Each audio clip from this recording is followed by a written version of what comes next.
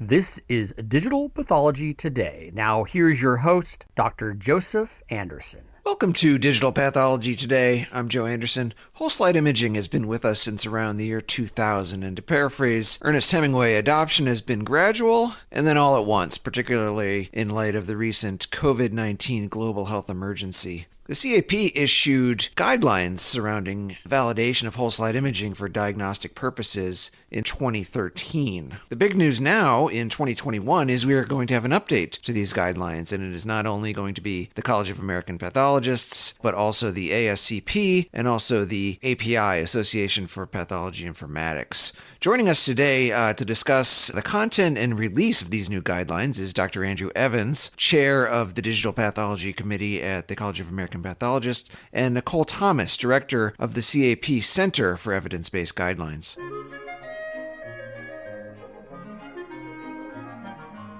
This episode of Digital Pathology Today is brought to you in part by the Digital Pathology and AI Congress USA. Discover how you can utilize AI and digital pathology to advance your pathology practice to enable enhanced patient care and further drug discovery at the virtual Digital Pathology and AI Congress USA, May 26th. Listeners of the Digital Pathology Today podcast can save $100 on their registration through the link on the podcast website. Visit www.digitalpathologytoday.com and click on the Digital Pathology and AI Congress USA link today.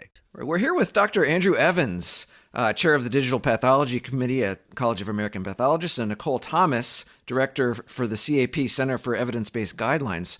Welcome. So we have big news. There's an update to the 2013 CAP guidelines for whole slide imaging. Maybe Dr. Evans, tell us big picture when these guidelines are coming out and what, if any, are significant changes and why we needed an update to the guidelines. The CAP Pathology and Laboratory Quality Center, or the Center, generates guidelines, evidence-based as much as possible, for technologies such as whole slide imaging, digital pathology as applied to patient care purposes. So the initial guideline, the initial guideline was developed in 2010, work started on it in 2010, and it was released in 2013. And there were 12 recommendations that would provide laboratories with guidance on the fundamental question that needed to be addressed when you're implementing a new technology such as this, which is what needs to be done to validate a whole slide imaging digital pathology system for patient care use. As I said, there were 12 recommendations that came from that. In terms of impact of that guideline, there have been close to 12,000 separate PDF downloads from the Archives of Pathology and Laboratory Medicine website. It's been cited upwards of 225 times in various journals, and journals that are traced back to 35 different countries. So it has definitely had impact. It's something that is sought after. This information has been well utilized. Based on that, the center, Nicole can describe the process in detail, but the guidelines go through a 4-year cycle where can be revised sooner if there's new breaking information or some change in technology. That brought us to the current revision. That guideline has been completed and has gone through in the final stages now, leading to publication in Archives of Pathology and Lab Medicine. Whole slide imaging has been with us since around 2000 or 1999 or so. So we finally had guidelines around 2013. I know it takes a lot of time for dust to settle and things to shake out, and you folks at the CAP really to get our arms around what's important. So I think that's great. So Nicole, tell us a little bit about what you do at the CAP and the Center for Evidence-Based Guidelines. I think it's a very exciting field. Things are evolving, and now we have processes to update guidelines. And what's also new is collaborating with other specialty societies. So CAP came out with the first guidelines in 2013, but now you have other collaborators too. Yeah, it's a very busy and fascinating time for evidence-based guidelines, and I'm really happy to be the director of the center at the CAP. So what I do is I help our guideline committee, the ones that actually have oversight of all of our panels, determine which topics we should address and then figure out how to get it done operationally. For this guideline in particular, we're really happy to have collaborated with a couple of other organizations. One of the things we do when considering topics is also think about who we might work with, because obviously we want everybody to be on the same page. And if we're in the same space, there's no need for guidelines to come out from separate organizations if we can tag team together. And so that's been our approach the last few years at least. And for this guideline, we really think about who are all the stakeholders in the space. And so we teamed up with our partners, ASCP and API. And a lot of times staff and members alike are members of multiple organizations. And so we thought we have great synergy. We have a lot of the same audiences, and this guideline would apply to the broader population. So that's how we selected those two collaborators for this time. Okay, yeah, that's a good point. As medicine and pathology evolves and the various stakeholders evolve, there's no need to reinvent the wheel or to have competing sets of guidelines. I've noticed this also in the guidelines that CAP has been involved with for breast cancer, for example. Your CAP and ASCO are working together, and for lung cancer, you're working with the International Society for Lung Cancer, and so on, and for colon cancer even. And so it really is a multidisciplinary approach and a multi-professional society approach. And often these guidelines come out and they have bullet points, or they may be seen as kind of pithy and hitting the high points, but there's a lot of work that goes into these guidelines. So maybe give us an overview of what the process looks like to come up with these guidelines. I'm sure it is a multi-year process. It involves poring over the literature, coming up with best practices, getting the experts on the committees, allowing them to meet in person and online. So what does the process look like? Sure. Well, it all starts with a topic, and anyone can submit a topic. You don't have to be a pathologist. You don't have to be a member. We have a place on our website where you can submit an idea for the Center Guideline Committee to review and address. And once we understand what the problem is that we're trying to solve, and if we think that a guideline is a good way to solve that problem, we will decide what the scope is, what our key questions for the research are, and figure out the appropriate panel members. A lot of times we have subject matter experts, but we also include patient advocates or others at large who may not necessarily be pathologists, but would play a role in being a part of either the implementation or our end users of the guideline. After we come up with our research questions, or key questions as we call them, we will have our medical librarian perform a literature search. We use this process following the National Academy of Medicine standards. That's one of the big things in the guideline world that you try to follow. And so it requires a literature search and a systematic review. And so our members on our panels all participate in the systematic review. Oftentimes it starts with thousands of journal articles, and you whittle down using the outcomes that you've selected ahead of time to figure out what would answer the research questions. And you come up with a lot of evidence tables, and you pour over all of the data from those tables that came from the studies. The panel meets to determine what the draft recommendations will be. After that, we have an open comment period. Usually it's about 2 to 3 weeks. We send all member email blasts, press releases, use the social media to try to get all stakeholders to provide feedback about those draft recommendations. And so that's really important in panels to understand what the acceptability of the statements are, if we'll be able to implement them, and just think about things after having been in the weeds for a while. And then once we get all of that feedback, the panel reviews all of the evidence again, reviews all of the comments, finalizes the recommendations and draft the manuscripts. There's a big approval process, and then we publish, usually in the CAP's journal, which is Archives of Pathology and Laboratory Medicine. And then we go into the procedure of maintaining and monitoring. So as Dr. Evans mentioned, tracking if individuals are aware of the guideline and if any practice changes have come out through the use of questionnaires that we developed. Tracking things like citations and tweets and social media impressions and things of that nature. It takes about 2 years, sometimes upwards, and our chairs or co-chairs are usually involved before the panel is even developed. But yeah, about 2 years or so to develop. You mentioned social media. We certainly live in interesting times, and we're on a podcast right now.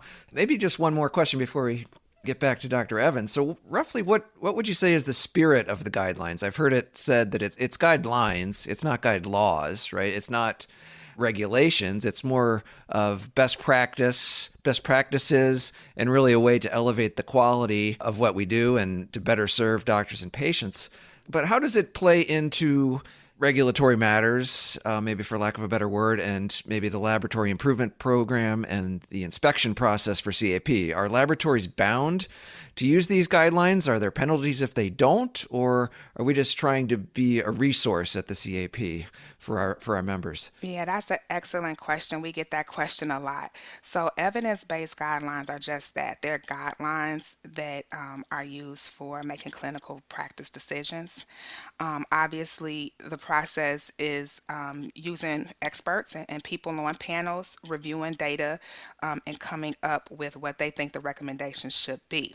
These aren't the same thing as what might be required by checklists from the CAP, although some of our guideline recommendations do become part of our checklist. So that is a distinction.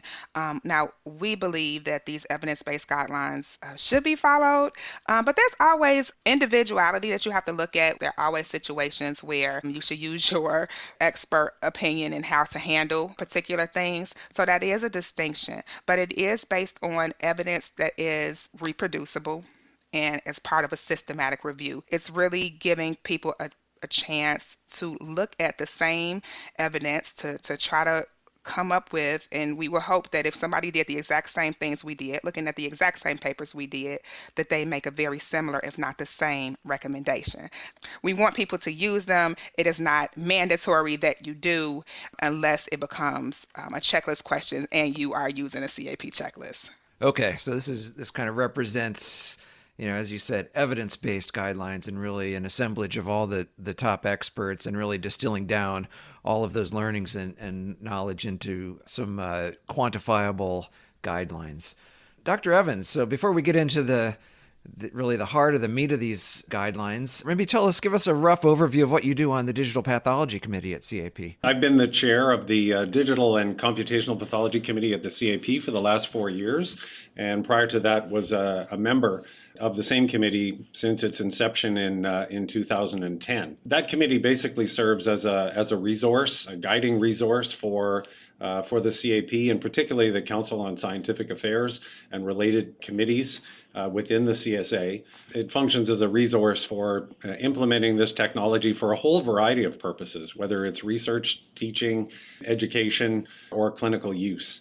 We've been involved in a number of different projects, and one of the big things is, of course, best practices, because this is, while the technology has been around, whole slide imaging, digital pathology has been around since 2003, so we're coming up on pretty close to 20 years, so it's not brand new, but for many laboratories, it is new. There's no question when you implement it for patient care, it's disruptive. It's not. It alters workflows. So there is a lot that goes into navigating that adoption curve for digital pathology, and that's been the major role that our committee serves and will continue to serve. Going forward with the emergence of machine learning and artificial intelligence, this is another component of computational pathology that now come under the umbrella of our committee, among several others within the CAP. The overarching role is for us to act as stewards and as a resource for the CSA and CAP member laboratories for this technology. It's good to keep those timelines in mind, and certainly new technologies evolve.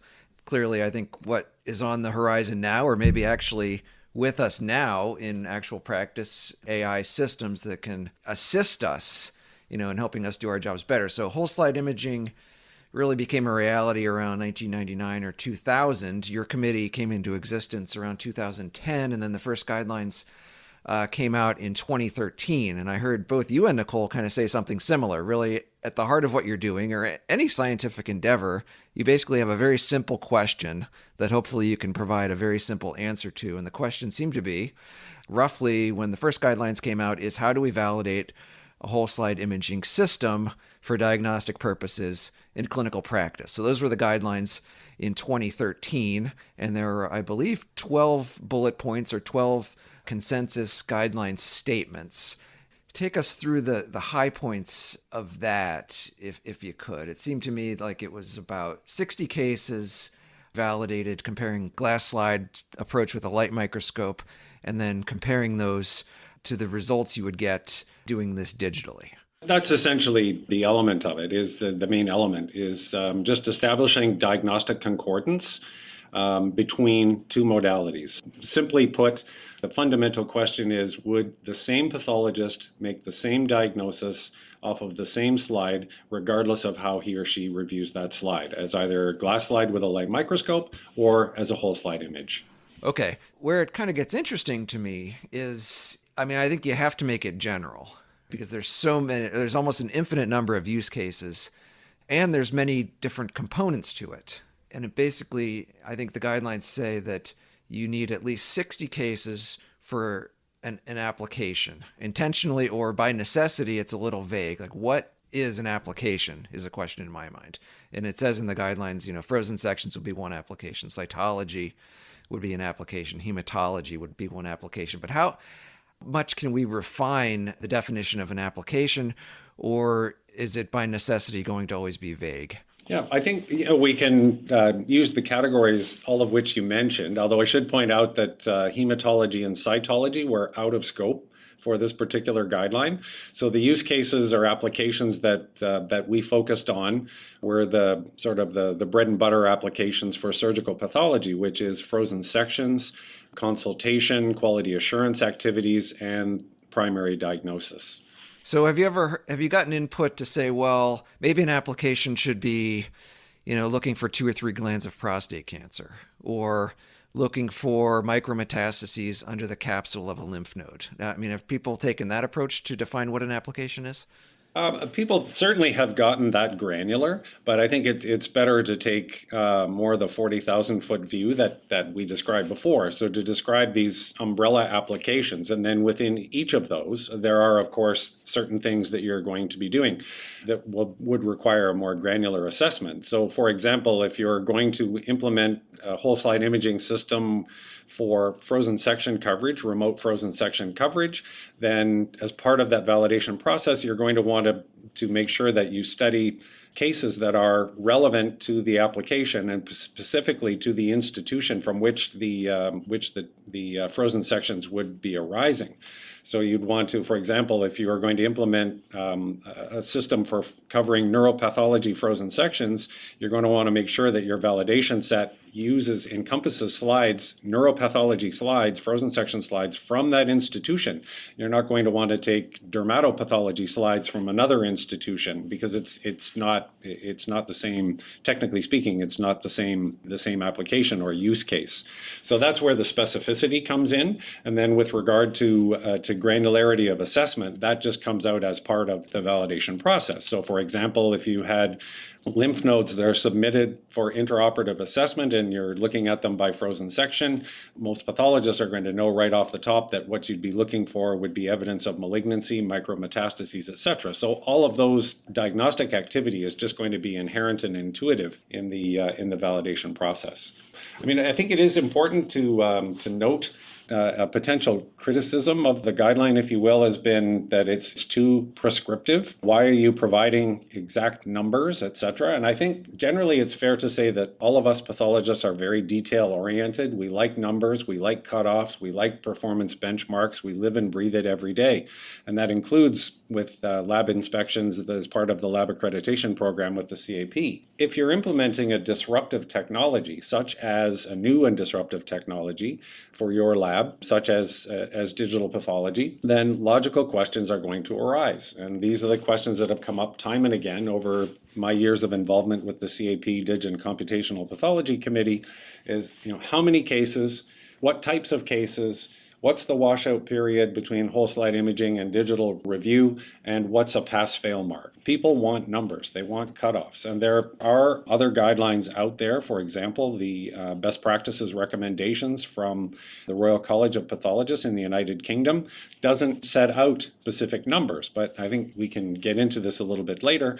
the numbers that we've come up with, for example, 60 cases, there is an evidentiary basis to that number. It's not something that was just pulled out of thin air. It did come from literature review and assessing concordance rates stratified by the number of cases that were studied in validation sets. And since the original guideline has come out in 2013, there have been a considerable number of new studies that have come out that have used the 2013 guideline and others. As part of these publications, the numbers of cases in the validation sets were stated, and then you can then compare and stratify with respect to concordance and then come up with the number of recommended cases, a minimum number to reach a particular concordance target. And this is where the 60 cases arose. That's how it was developed. And so this also applies to other aspects of the guideline where there are specific numbers. This episode of Digital Pathology Today has been brought to you in part by DJT Solutions, your single source for all your digital pathology requirements, from consultation services to system requirements, including installation, training, and life cycle support. Since 1995, DJT Solutions, we are your best choice for your best results. Yeah, I think that's interesting, and I wholeheartedly agree with you. In my experience, people want guideline, people want numbers, they want cutoffs, they want hard data, and I think there's always going to be different personalities involved. And I think as physicians and scientists, really, it is incumbent on us to devise our own experiments, but I think guidelines have to be practical and have to offer hard solutions to people, or at least hard recommendations that are easy to follow. So one other thing in the guidelines in 2013 is that what you're validating is the real-world clinical environment in that the technology will be used, and you're validating the whole system, which has many different components. It's not necessary to validate each separate component. Those components might be, depending on how you define it, your method of staining H&Es, scanning the slides, and certainly your computer monitor. But then it says revalidation is required whenever a significant change is made to any component. So has there been any discussion or feedback you've received about how you define components, or when a system does not have to be revalidated? What constitutes a major change? Yeah, I think the short answer to that question is yes. We've had that question on several occasions, both came up during the expert panel discussions leading to the revised guideline, and also came up following the release of the 2013 guideline. The short answer is a major or substantive change to the system would include something such as a brand new scanner, which particularly if it's from a different vendor. Not so much on the monitor side. So the way we've chosen to provide guidance on with respect to monitors is if you have a previously validated system and then you introduce a new monitor into it, either a different brand of monitor, different size, etc., different specifications of the monitor, that it's acceptable for one to perform more of a verification as opposed to a repeat validation, just to make sure that you're calibrating against a previously validated system, so that when you introduce a new component, such as a monitor, that you're still coming up with the same results and making the same digital interpretations. All right, so let's get into what's new. What's new in these upcoming guidelines? Because I think a big thing that's new is collaborating with these other professional societies, including the ASCP and the API. Nicole, tell us what that was like, how you brought them in, what input they had, and then Dr. Evans can get into maybe the specific changes that these new guidelines are going to feature. I mentioned earlier about collaborating with others, so that is new. We have representatives from all three organizations on the panel, and I just think that brings their perspectives from those different organizations. Some of them, have a little bit of a different twist. CAP is the leading organization for board certified pathologists, and ASCP includes, technologists as well. So as Dr. Evans mentioned, we had I believe a histotechnologist on our committee. So those are some of the things that we did. Another new and improved maybe thing that we did this time was we used GRADE, which is a methodology or framework for how to develop recommendations. And it's a really rigorous process that we follow. And what happens is, so in the first guideline, we had expert consensus opinions, but in this guideline, anything that wasn't supported by the literature, and we had tables to support all of our recommendations, got turned into a good practice statement. So we're making this big distinction between what we had evidence for and how we used our considered judgment, all of the things that went into drafting the recommendation. So besides the evidence, we're taking into account perspectives of pathologists and or end users, values, things like cost and implementability. So we're not doing a cost analysis, but we're just thinking broadly about several categories to determine a recommendation. And then anything that we didn't find either a lot or any evidence of in the systematic review got turned into a good practice statement. So we have fewer recommendations. We have 3 this time, and a number, I believe, 9 good practice statements. So those are some of the distinctions between the original guideline and this update. For the content, I'll turn that over to Dr. Evans. That's a good point. I think guidelines not only have to be accurate and offer best practices, but also have to reflect what's practical in the real world. So, Dr. Evans, specifically, what are the changes that we're going to see in these new guidelines? In contrast to the 2013 guideline, where there were 12 recommendations that were based on a different grading system with respect to the strength of recommendation, the grade methodology divides things into recommendations and good practice statements. And so the recommendations are either strong or weak recommendations, depending on the strength of evidence. And then there are good practice statements. And then the good practice statements are defined as things that are largely intuitive. There's certainty that a given recommendation or statement would do more harm than good or more good than harm if you didn't do it or did do it, but where there's little direct evidence. So people wouldn't, perform an experiment, a series of studies to generate data to prove something that is intuitive. And so that's the definition of a good practice statement. There just isn't evidence that exists to support or refute it, but it seems like, for the lack of a better term, it seems like a good thing to do. So in terms of the 2021 guideline will appear, there are 3 strong recommendations and then 9 good practice statements, which are the good practice statements are just different manifestations of recommendations in the 2013 guideline. And certainly the first 3, the strong recommendations, were core pillars of the 2013 guideline. So I can walk you through those. The first strong recommendation is that the sample set for your validation study for a given intended use or application should be a minimum of 60 cases. You're not restricted by how many cases you do. As Nicole had mentioned, guidelines are guidelines, and you're free to deviate from them where it's not practical or applicable in your given laboratory setting. The evidence suggested that, which was reaffirmed from the 2013 guideline, with a moderate quality of evidence, I should add, there were 33 studies that looked at case numbers in validation studies ranging from 40 cases to just over 8,000. This literature search picked up where the 2013 guideline left off, so it catches all of the studies that had come out since.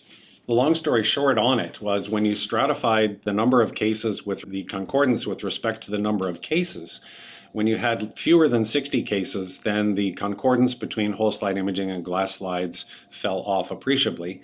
So it was only 85% concordance. Now, mind you, there were not very many studies that had done less than 60. The mean of those studies was 41. So it just is intuitive that if you have 1 or 2 discordances out of a set of 40, that it's going to have a greater proportional impact on your concordance rate, as opposed to 1 or 2 discordances out of a study of 1,000 slides or cases. So that's where the number came from, and that going above 60 cases did not appreciably or significantly increase the concordance rate. So that was the evidentiary basis for the recommendation of 60 cases. The next strong recommendation was the concordance between digital and glass slide review for the same observer. That is the same basic recommendation from the 2013 guideline. However, it was updated with one significant component. After the 2013 guideline was released, the CAP and its committees related to digital pathology were repeatedly asked the question about what's a pass-fail mark? What's an acceptable concordance? When should we not implement the technology? Again, getting to the idea of pathologists wanting a hard, rigorous number. I can let Nicole speak to the center's policy on setting numbers, rigorous numbers of that nature. But what we as an expert panel decided to do was to review the concordance rate for 33 studies that had data that could be assessed with respect to concordance for intra-observer, where the same pathologist reviews the slides with a washout period by both glass slides and whole slide imaging. The mean concordance rate for 33 studies was 95.2% with a range of 91 to 97.1%. So the important point to recognize here is that 95% is not a pass-fail mark. Ideally, you would want 100% concordance if you're going to implement some new technology, but that's not realistic. It's not going to happen, and it doesn't happen actually if you were to do an intra-observer study with the same pathologist reading the same glass slides on two different occasions. You won't get 100% agreement if the cases have any degree of difficulty associated with them. So the way to interpret the 95% number, given that it's not a pass-fail mark, is that it's seen as the average. So if your concordance rate for your validation study falls below 95%, then you are, technically speaking, you would be below the published average. I think the take-home point here is that if you have 98% of concordance, it doesn't mean that you don't have to look at your sources of discordances or discrepancies between the two modalities. In fact, it's quite the opposite. So all discordances should be reconciled, studied, with respect to the types of cases that would be considered as being problematic, whether they would, for example, arise from just one outlier pathologist amongst a group where the rest of a group of pathologists completing a validation study had no issues, but there's one particular pathologist who had an issue with the whole slide imaging modality, which can certainly happen. And then most importantly, whether there are correctable histology or whole slide imaging scanner issues that can be addressed that would have contributed to falling in air quotes below average, below the 95% mark. So again, to underscore, it's not a pass-fail.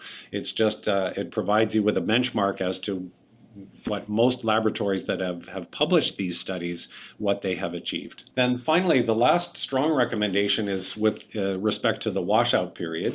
And so that describes the length of time between either glass slide review and digital slide review, or digital slide review and glass slide review, depending on the order in which you complete the study. Again, the quality of evidence was moderate, so this recommendation was reaffirmed from the 2013 guidelines, so there was no new evidence to support any type of substantive change. And there were 14 studies that looked at information on the washout and concordance, and the washout periods ranged from less than 4 weeks to more than 8 weeks, and in some cases there are studies that have gone out beyond a year. And the bottom line was there was no influence on concordance when you stratified by washout duration. And it leads to an interesting discussion on attempts to control recall bias in pathology. Pathologists, almost every single pathologist who's been in practice for any length of time will tell you that there are certain cases that are once seen and never forgotten. So you're never going to be able to delete those from your memory. And that there is actually a paucity of studies designed to identify how good a pathologist's memory is with respect to recall bias. There's one particular study that did look at this and found that after a 4-week period, pathologists could correctly identify 30% of cases in a set of slides that they had seen before. So, as a group, we have a pretty good recall for things that we have seen before. With respect to the open comment period that Nicole mentioned, it was quite interesting. The feedback that we got from the respondees was quite broad, including some who said, you don't even need a washout period. You can't control for recall bias. And then there were others that said that the 2-week recommendation, which we settled on, which was reaffirmed from the 2013 guideline, is far too short. And then others would say if you go out beyond 4 weeks, it's too long. It makes the study impractical. It takes too long to complete. So you can see that it becomes a very complex issue, just logistically in terms of completing the studies. Okay, so it sounds like the 12 previous recommendations have been divided up now into 3 recommendations and 9 statements of best practice. Dr. Andrew Evans and Nicole Thomas from the CAP, thank you so much for being with us. So before we wrap up, Nicole, maybe could you tell us when and how these new guidelines will be available? It's going to be a journal article in Archives of Pathology and Laboratory Medicine. You can come over to the CAP's website on our guidelines webpage to access the article. There will be a press release, email blast to all CAP members. And then we're also counting on ASCP and API, our collaborators, to disseminate the information to their membership. Not to mention, you can check us out on social media. There'll be things on Facebook, obviously other podcasts and different things like that. So there's going to be a big splash, and you won't miss it. All right, that's fantastic. And Dr. Evans, before we wrap up with you, maybe tell us what things maybe were left out of the guidelines that could be in the next iteration. I think what's on people's mind is things like artificial intelligence and other aspects around computational pathology. So maybe give us a taste of what's on the horizon for next time or in the near future. Yeah, I think that's the artificial intelligence machine learning component is going to be a big one, and could actually be subject of a separate, completely separate guideline, but obviously related.